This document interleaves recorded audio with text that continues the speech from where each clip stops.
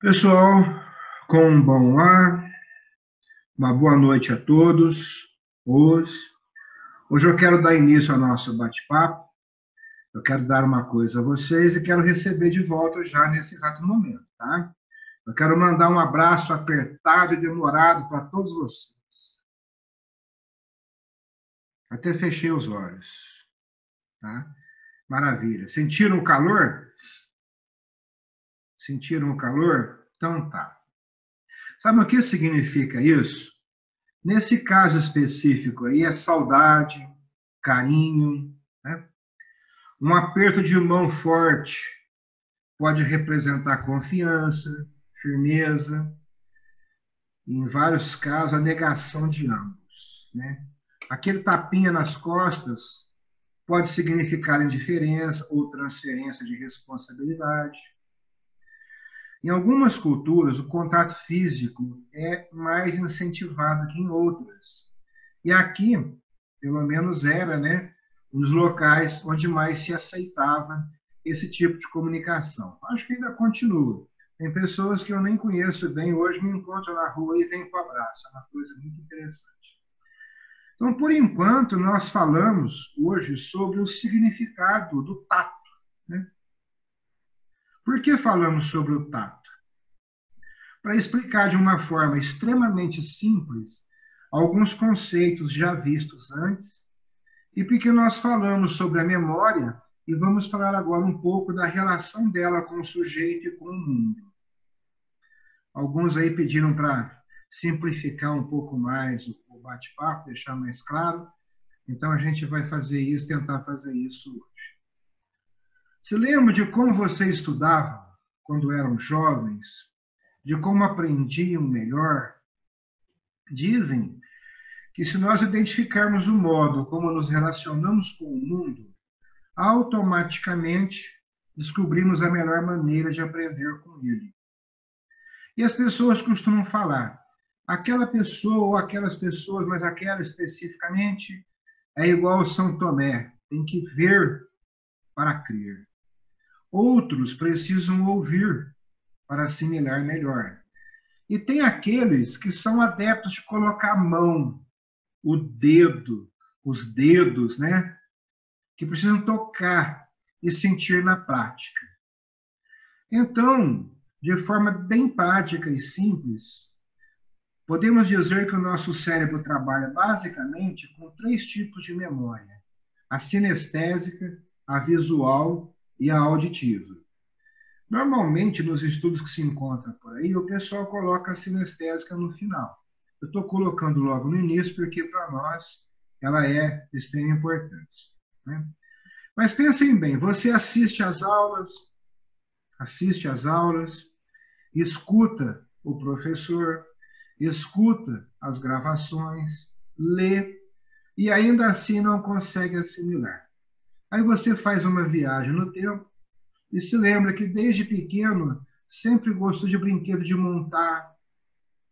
Muitas pessoas, aglomerações, barulhos ao estudar te irritam, te irritavam ou te irritam, né? Então, se você é daqueles que não se satisfaz apenas vendo ou ouvindo, mas tem que tocar, experimentar, sentir e cheirar para compreender, então é provável que você seja um sujeito sinestésico, tá? Então é muito interessante. Nós, aqui no Brasil, principalmente, temos uma quantidade imensa de músicas que falam sobre o cheiro. E isso lá fora é bastante raro, tá? Falamos aí em sinestésico, esse termo é um adjetivo relacionado com a sinestesia, que é um conjunto de sensações que nos permite perceber os nossos movimentos musculares. É necessário ter essa percepção para poder ter uma reação adequada e depois trabalharmos o tempo para que isso ocorra. Então, muitas pessoas podem confundir o sinestésico com alguém com déficit de atenção, é como se chamava um tempo atrás, né? Porque algumas vezes estas pessoas, como alunos, têm dificuldade em ficar horas parados, somente tentando resolver atividades sem qualquer dinâmica. Nós aqui estamos fazendo isso, nós estamos estimulando a linguagem visual e a linguagem auditiva, a memória visual, né, e auditiva. Tá? Mas voltando a falar sobre o sinestésico, o negócio deles, então, é entender o conteúdo na prática e estar em constante movimento. Por isso, algumas pessoas se dão melhor em trabalhos do que em provas.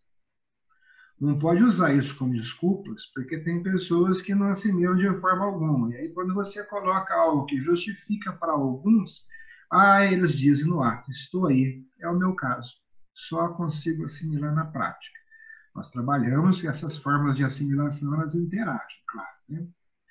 Então, a dica para facilitar o aprendizado aqui é sempre tentar transformar a teoria em algo palpável, que facilite uma visualização intelectiva.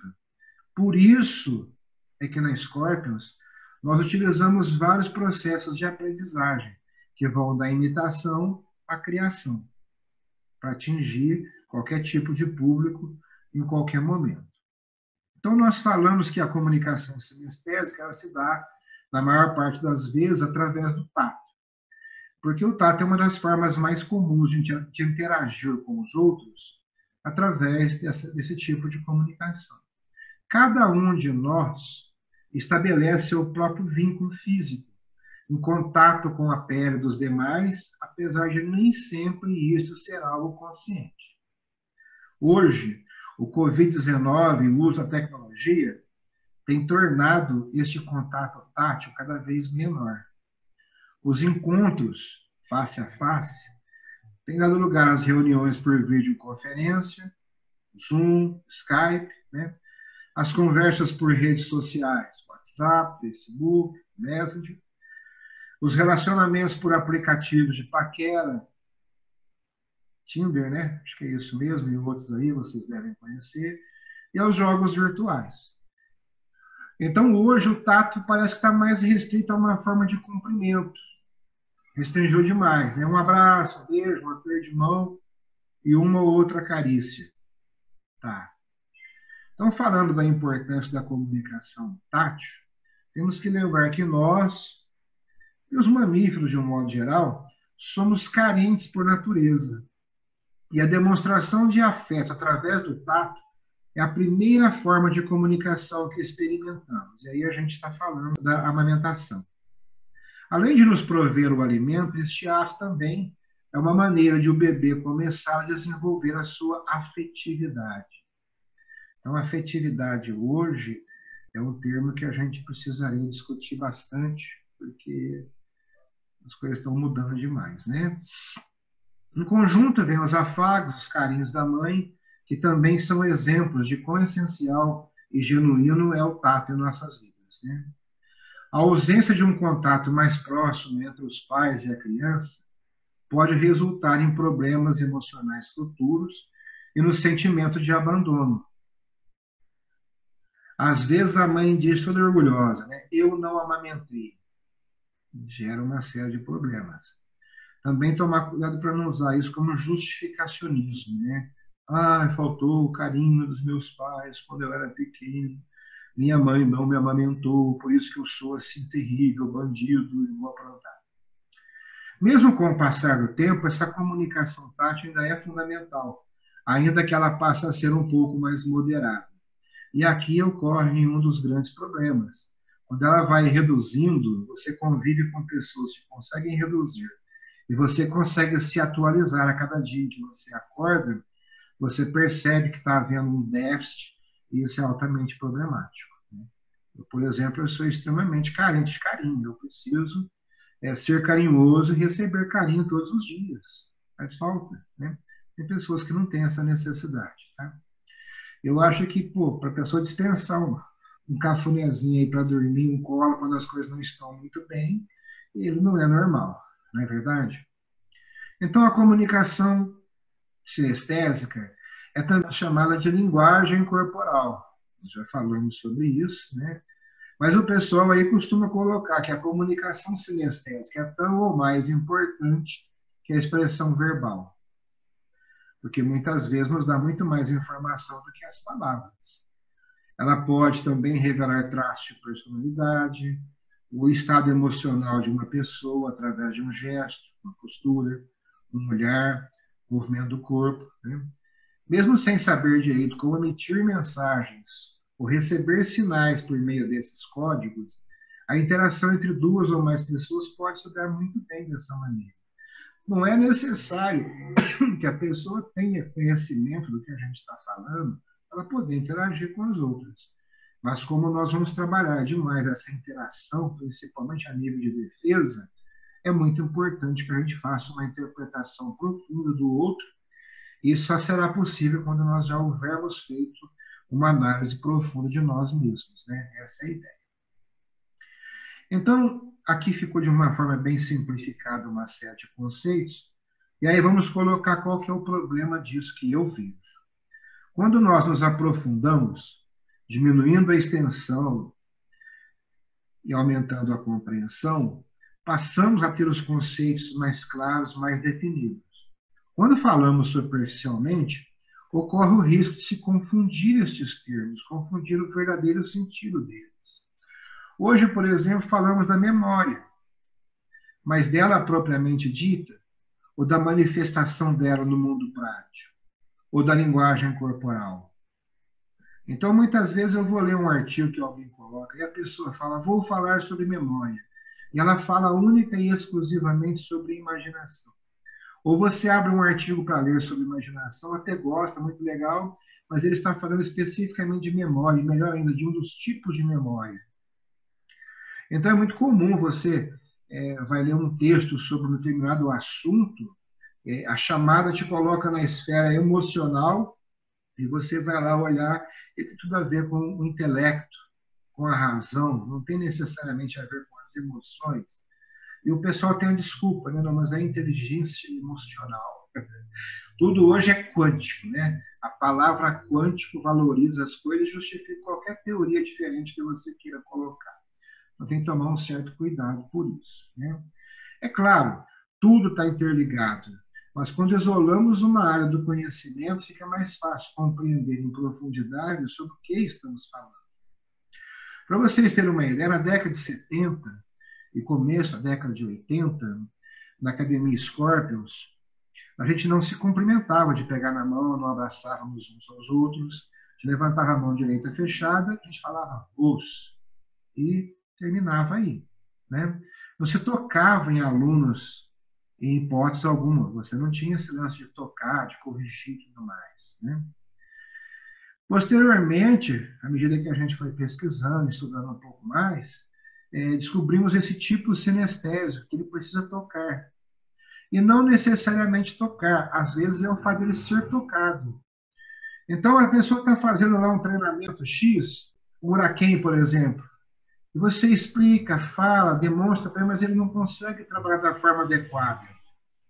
Quem trabalha aí com musculação, para entender 100%, o cara está fazendo uma rosca direta, vai trabalhar o bíceps, né?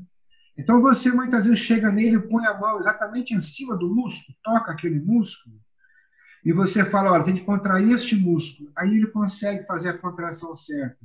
Muitas vezes, até aquele momento, ele estava contraindo deltoide, contraindo tríceps, contraindo trapézio, mas não estava contraindo, de fato, bíceps braquial. Né? Então, é interessante isso. Tomar os devidos cuidados aqui, para quem vai dar aula, ministrar aula, porque hoje, muitas vezes, o toque pode ser confundido com assédio. E o assédio com toque, claro, né? Então, temos que ter alguns cuidados, às vezes até vontade de voltar realmente 100% ao que era antes. Mas, para algumas pessoas, a percepção vai ser bem melhor se houver este contato tátil, tá? Então, para que algumas pessoas tenham consciência de si, elas têm que trombar com alguma coisa, têm que tocar alguma coisa ou serem tocadas. Então, você pode indiretamente também atingir essas pessoas. Então, a gente vai falar agora sobre algumas coisas interessantes para o professor que vai trabalhar, e ele tem pessoas que estão participando, que estão assistindo, e que são sinestésicas, né? Então, vamos dizer o seguinte, procure sempre ministrar aulas de teoria de forma dinâmica, com alterações na voz, com alternância, fazendo movimentos com os braços, andando para lá e para cá, escrevendo no quadro, aquele quadro não é à toa, Enfim, tudo que tenha relação com o movimento, com alternância e também com expressão de si. Eu pedi para vocês assistirem um vídeo aí, por exemplo, alguns vídeos, e um deles tinha o Bruce Lee. E ele dizia, quando eu ia lá, e aí eu voltei dali, não tem um negócio assim de expressão bastante, né, chocante, é bem isso. E para o aluno, tentar estudar lendo em voz alta, caminhando pelo local de estudo, em casa.